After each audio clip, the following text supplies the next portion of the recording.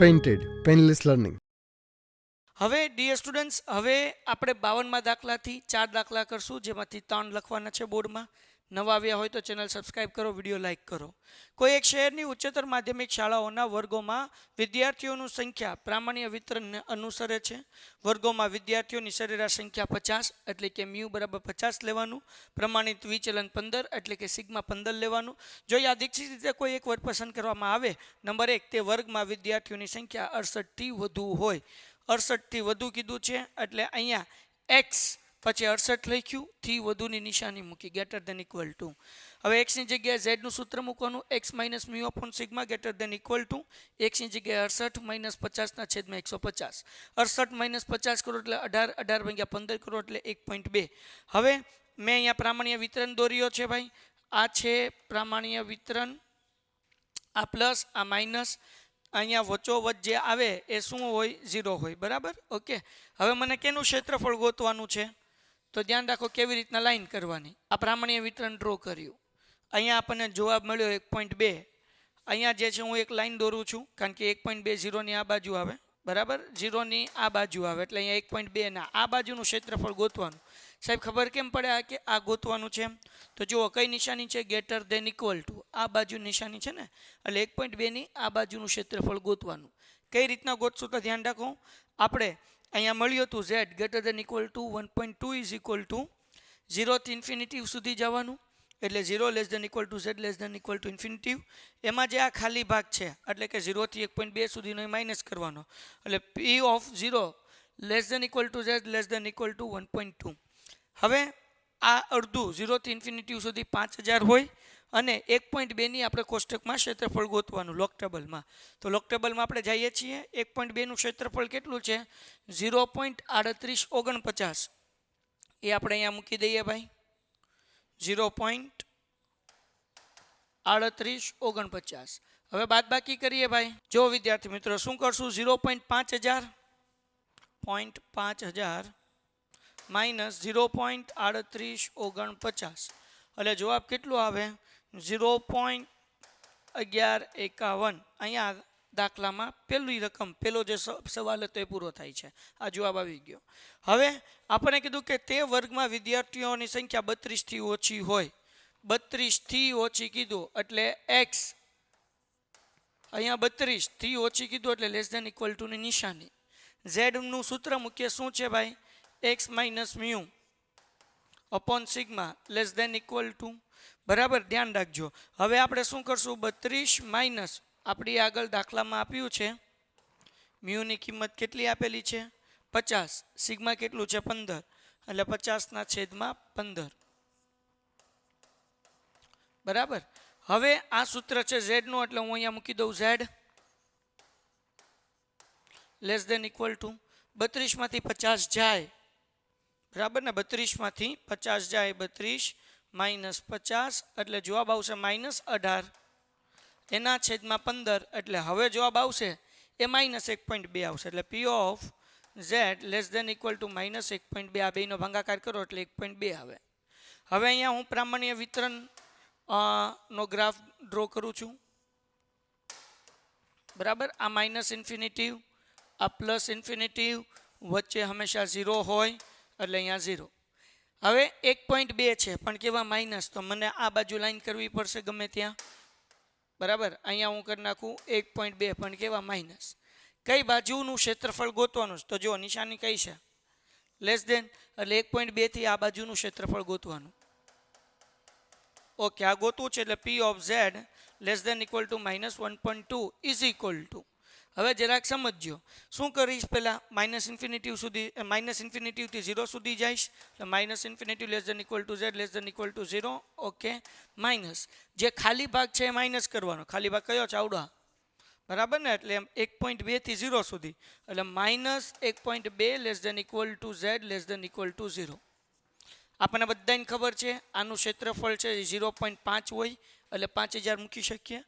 Minus 1.2 ની કોષ્ટકમાં કિંમત ગોતવાની, તો હમણાં આપણે ગોતી જતી કેટલી આવી હતી? 3849, એટલે અહીંયા મૂકી દઈએ સેમ કિંમત 0.3849.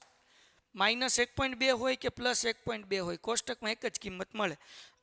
આ બેન બાદબાકી કરીએ એટલે સેમ જ જવાબ મળે 0.1151 દાખલો થાય છે પૂરો. આ દાખલો એકચ્યુઅલી બોર્ડમાં કદાચ એટલો મોટો નહીં પૂછાય. કેમ? કારણ કે એક એટલું છે ને એટલું છે, એટલું મોટું ન પૂછાય, ગમે એક પૂછાય. પણ અહીંયા બે પૂછ્યું છે એટલે લખી નાખીએ. એક પ્રામાણ્ય ચલ x નો મધ્યક 400, મધ્યક 400 એટલે મ્યુ બરાબર 400. વિચરણ 900, વિચરણ ઉપરથી વિચલન મેળવવાનું. વિચરણ એટલે સિગ્મા સ્ક્વેર 900, તો સિગ્મા કેટલા મળે? 900 નું વર્ગમૂળ 30. ઓકે, તો આ વિતરણ માટે ચોથા દશાંક એટલે કે D4 અને 90મો શતાંક શોધી તેનું અર્થઘટન કરો. હવે પહેલા તો ચોથો દશાંશક ગોતીએ. દશાંશક એટલે D4 એટલે x D4 એટલે કે 40% કહેવાય. કેમ? D એટલે દશાંક, પેલો દશાંક એટલે 10%, બીજો દશાંક એટલે 20%, ત્રીજો દશાંક એટલે 30%, ચોથો દશાંક એટલે 40% એટલે 40/100 એટલે જવાબ આવ્યો 0.40. આને આપણે એમ કહી દઈએ ટૂંકું અને ટચ. આ બહુ શું કહેવાય કે આ આપણને ક્ષેત્રફળ આપણી પાસે છે. આ શું છે? ક્ષેત્રફળ 0.40%. બરાબર છે. અહીંયા હું લખું છું Z1, આને Z માં ફેરવી નાખું. Z1 less than equal two, અને આ શું થશે ભાઈ? અથવા તો ઇઝ ઇક્વલ ટુ કરી નાખું D4. Z નું સૂત્ર શું છે? x minus mu upon sigma. આવું છે ને, x minus mu upon sigma. તો x એટલે D4 લઈ લઈએ જે આપણે ગોતવાનું છે, માઇનસ મ્યુ. મ્યુ દાખલામાં કેટલો કીધો? 400, અને સિગ્મા કેટલું કીધું? 30. હવે કેમ ગોતવાનું? તો કે આપણને જે આ 0.40 મળ્યું, ક્ષેત્રફળ મળ્યું, તો 40 ક્યાં હોય? તો અહીંયા વચ્ચે 0 છે. તો આ ગ્રાફની અંદર 50% લગી હોય. 0 થી શરૂઆત અહીંયા થાય, વચ્ચે આવે 50%, અહીંયા પોગે 100%. તો 40% ક્યાં હોય? અહીંયા હોય. હાલ ભાઈ લાઈન થા ટોમ. તો આ જે છે એ 40% છે, અને અહીંયા છે Z1. આપણે Z1 ની કિંમત ગોતવીશ. કોની કિંમત ગોતવીશ? Z1. અને આ કેટલું છે? 0.40. 40% કયો કે 0.40 કયો, બધું સરખું જ થાય. અને વચ્ચે 0 છે, 50 હોય, પછી આ બાજુ 70, 80, 90, 100 સુધી. તો હવે આપણે Z1 ની કિંમત ગોતવી છે. તો આપણી આગળ કિંમત કોની છે? તો કે ભાઈ P, અહીંયા જો લખેલું છે P x less than D4 એટલે કે આને Z માં ફેરવીએ તો Z less than equal to Z1. આ આપણી કિંમત, આપણી પાસે આ કિંમત છે Z1 ની છે. બરાબર, ઇન્ફિનિટિવ થી Z1 સુધીની. ઓકે, એ કેટલી છે? 0.40 છે. અહીંયા 41 કેમ લખાઈ ગયું ભાઈ? 0.40. તો કેવી રીતના કિંમત મેળવવાની? હું આ લખીને ફરીથી દેખાડું ને તો કંઈક સરસ રીતે ટપ્પો પડે, બાકી કંઈ ટપ્પો નહીં પડે. આ 0.40% આપણી આગળ છે. કિંમત કોની કિંમત છે? તો કે આ જે કિંમત છે એ Z less than equal to Z1 ની કિંમત કહેવાય 0.40. ઓકે, આપણે Z1 ની કિંમત ગોતવી છે, તો હું લખી નાખું ભાઈ. ધ્યાન રાખો બચ્ચાઓ, કેવી રીતના મળશે મને આ કિંમત? બહુ સિમ્પલ મેથડથી શીખવાડું છું, જરાક ધ્યાન રાખજો. આપણે ડાયરેક્ટ આ આવી જાય, હું તમને મસ્ત ટૂંકું કરી દઉં. આપણે Z1 ની કિંમત ગોતવીશ એટલે Z1 થી 0 સુધીનું ગોતી લઈએ. એટલે P of Z1 less than equal to Z less than equal to 0. આ કિંમત ગોતી લઈએ.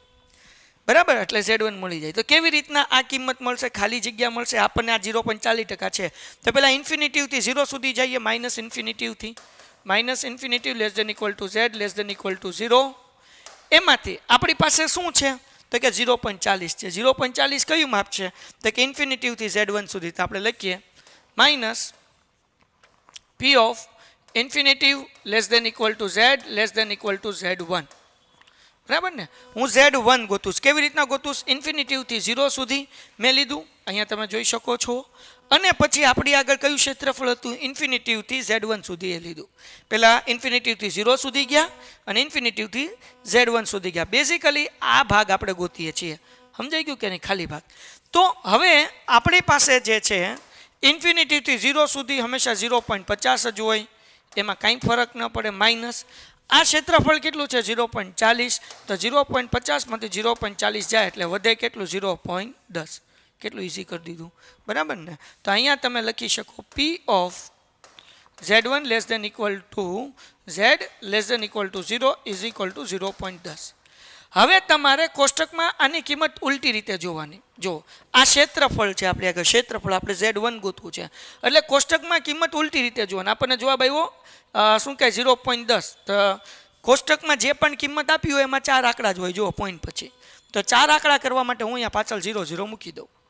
તો હવે 1000 આજુબાજુની કિંમત કઈ થઈ? જો 1000 આજુબાજુ આવડી આ બે કિંમત મળે. બરાબર ને 0.0987 ને 1026. તો આ જે છે 987 કઈ કિંમત કહેવાય? ધ્યાન રાખો ભાઈ, આ કઈ લાઈનમાં આવે છે? 0.2 અને અહીંયા છે 5 એટલે 0.25 અને 0.26. ઓકે, તો અહીંયા હું લખું છું 0.10 ની કોષ્ટકમાં ઉલટી રીતે કિંમત જોતા 0.987 માટે Z1 બરાબર -0.25 માઇનસ કેમ આવે એ હમણાં સમજાવું છું, અને 0.1026 માટે -0.26. માઇનસ કેમ આવ્યા? Z1 0 ની આ બાજુ છે ને ભાઈ, ડાબી બાજુ, એટલે Z1 ની કિંમત માઇનસમાં હોય એટલે માઇનસ લખ્યું. તો Z1 બરાબર કેવી રીતના મળશે ભાઈ? બરાબર, તો અહીંયા -0.25 અને અહીંયા કેટલા છે? 0.26. ઓછે ઓછે વધતા એટલે 0.51 એના છેદમાં 2 એટલે આપણને Z1 ની કિંમત કેટલી મળી ભાઈ? -0.255. બરાબર. ઓકે, હવે આપણે જે છે D4 ગોતવાનું છે. એટલે આ જે સૂત્ર હતું Z1 બરાબર, જો અહીંયા શું હતું એ મેં અહીંયા મૂકી દીધું. Z1 બરાબર D4 -400/30. Z1 નો જવાબ કેટલો મળ્યો? 0.255. 30 ભાગાકારમાંથી ગુણાકારમાં આવ્યા. D4 -400 એમનેમ આ બેયનો ગુણાકાર કર્યો એટલે -7.65. -400 છે આ બાજુ આવ્યા એટલે પ્લસ થયા, વત્તે ઓછે ઓછા 400 માંથી 7.65 ગયા એટલે D4 નો જવાબ મળ્યો 392.35. સમજાણું? હવે એવી જ રીતના આપણે અહીંયા ગોતવાનું છે 90મો શતાંશક. તો 90મો શતાંશક કીધો એટલે આનો મતલબ શું થાય? x ≤ 90. 90% હોય 90 શતાંશક એટલે કે 90/100 એટલે 0.90. આ પણ આપણી આગળ ક્ષેત્રફળ છે. હવે આને z માં ફેરવીએ. ઓલા આપણે Z1 આપ્યું અને Z2 કહીએ. x - μ છેદમાં સિગ્મા. x એટલે P90, મ્યુ દાખલામાં 400 અને સિગ્મા આપણને 30 આપેલું છે. અને આપણે સૌથી પહેલા શું ગોતવાનું છે? Z2 ની કિંમત ગોતવાની છે. આ છે એ ક્ષેત્રફળ 90%. તો આખો ગ્રાફ છે 100% હોય. મેં તમને શીખવાડ્યું અહીંયા 0, પછી અહીંયા 50%. 90% કઈ બાજુ આવશે? આ બાજુ આવે. બરાબર, તો હવે અહીંયા 90% આવે તો આ બધું 90% ની અંદર આવે. વિદ્યાર્થી મિત્રો, આ 90% ભાગ છે ને આપણે અહીંયા છે Z2 એ ગોતવો છે. તો આપણી પાસે શું છે? -∞ થી Z2 સુધીનું માપ છે 0.90%. ક્ષેત્રફળ છે, ટકાની ક્ષેત્રફળ. બરાબર, તો આ જે છે હું લખું છું -∞ થી Z2, -∞ Z Z. ઓકે, આના બે ભાગ પડે. પહેલો ભાગ -∞ થી 0 સુધી લખી નાખ્યો, ∞ Z ≤ 0, અને 0 થી Z2 નો બીજો ભાગ 0 ≤ Z2. હવે આખું જે છે ∞ થી Z2 સુધી એ કેટલું છે? 0.90 મૂકી દીધા. 0.90 નિયમ છે કે -∞ થી 0 સુધીનો ભાગ કેટલો હોય? 0.50 નો મૂકી દીધા. અને આ આપણે 0 થી Z2 સુધી ગોતવું છે એટલે એમ 0 ≤ Z. 0.50 પ્લસ છે આ બાજુ હોય તો માઇનસ થાય. 90 માંથી 50 જાય એટલે 0.40. અને પાછળ ક્ષેત્રફળ આપણને મળ્યું. શું મળ્યું? ક્ષેત્રફળ મળ્યું. તો આના ઉપરથી આપણે ગોતવાનું છે Z2. તો 40 ની બદલે આપણે શું જોવાનું?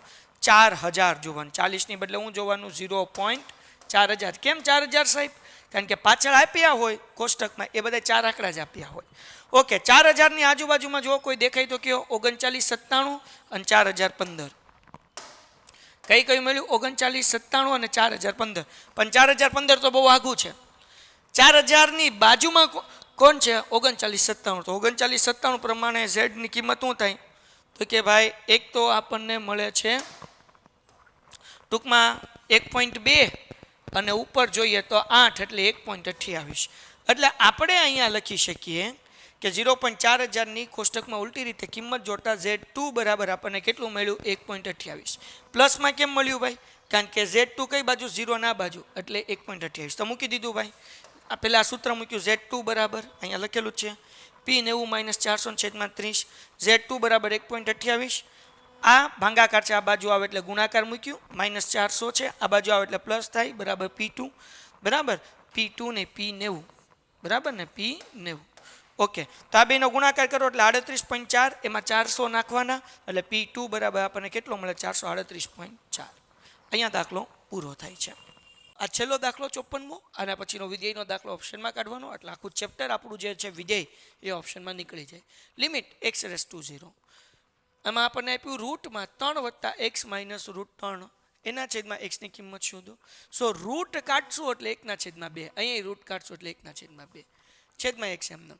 હવે વિદ્યાર્થી મિત્રો આપણે ધારવાનું છે. ધારો કે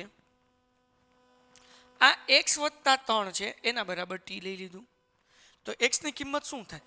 આ 3 પ્લસ છે, x ને કરતા બનાવીએ છીએ. 3 પ્લસ છે આ બાજુ હોય તો માઇનસ, તો x ની કિંમત કેટલી મળી ગઈ? t - 3. તો હવે જુઓ આપણે અહીંયા કિંમત મૂકશું.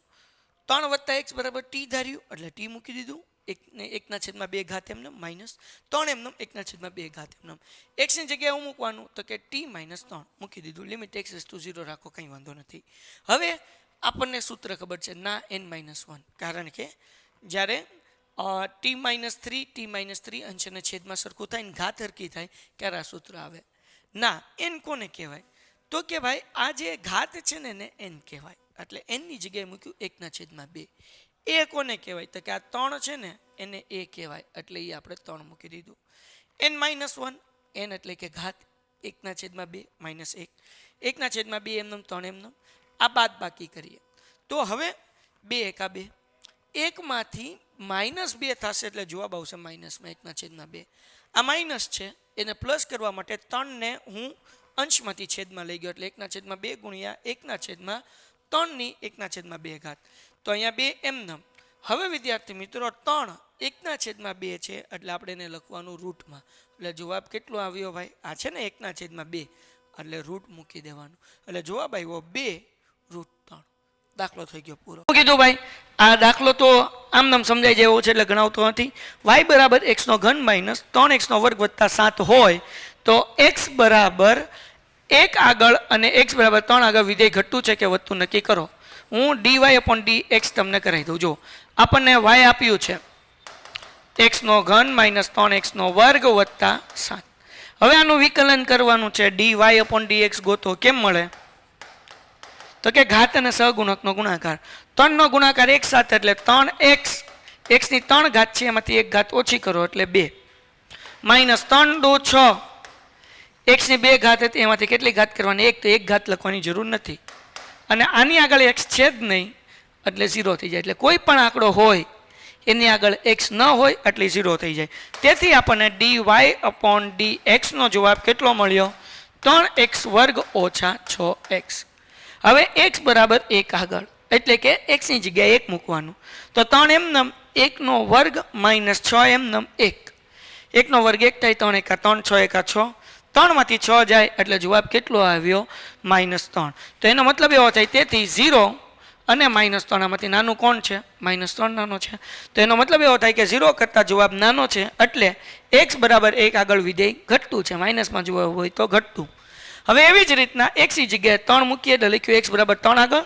સમીકરણ આને 3x2 - 6x. તો હવે x એમનેમ 3 એમનેમ x ની જગ્યાએ 3² - 6 એમનેમ x ની જગ્યાએ 3. 3² 9 થાય, 9 તેરી 27, 6 તેરી 18, 27 માંથી 18 જાય એટલે 9 વધે.